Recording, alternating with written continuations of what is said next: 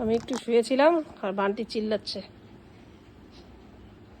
সেদিনকার আমাদের ঘরে সাপ ঢুকে গেছিল, একটা বড় ঢ্যামনা সাপ। ওই জন্য এখন ভয়ে ভয়ে থাকতে হয়।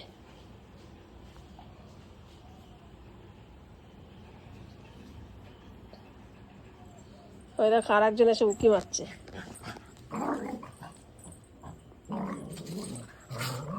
লালু, এই লালু,